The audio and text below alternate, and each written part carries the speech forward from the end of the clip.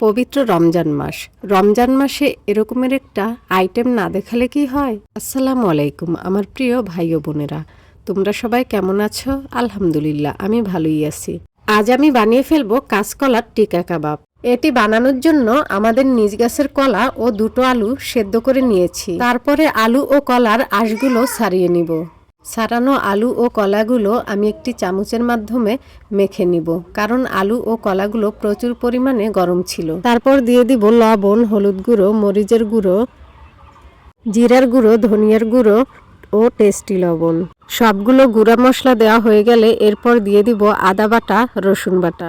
আদা বাটা ও রসুন বাটা দেওয়া হয়ে গেলে এরপর দিয়ে দিব পরিমাণ মতো আটা। তারপরে দিয়ে দিব একটা ডিম। ডিম দেওয়া শেষে আমি সবগুলো উপকরণ ভালোভাবে একসাথে মিশিয়ে নিব।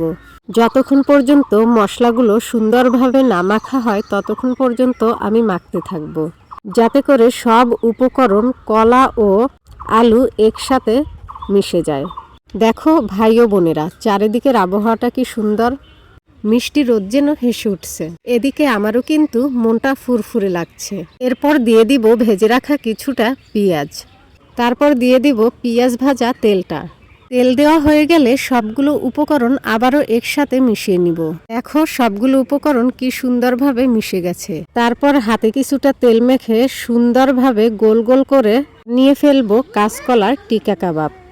এটি বানিয়ে ফ্রিজে সংরক্ষণ করে রেখে দিতে পারো। সবগুলো কাবাব বানানো হয়ে গেলে আমি একটি একটি করে গরম তেলের উপর কাবাবগুলো ছেড়ে দিব। তারপরে আমি এপিটোপিট নেড়ে চেড়ে নিব। দেখো এপিটোপিট নাড়াচাড়ার ফলে কালারগুলো কি সুন্দর আসছে এবং আমার কাবাবগুলো কি সুন্দর ফুলকো ফুলকো হয়েছে। তারপরে কাবাবগুলো হয়ে গেলে আমি একটা একটা করে নামিয়ে নিব। এভাবে তোমরাও তৈরি করতে পারো লোভনীয় স্বাদের কাঁচকলার টিকা কাবাব।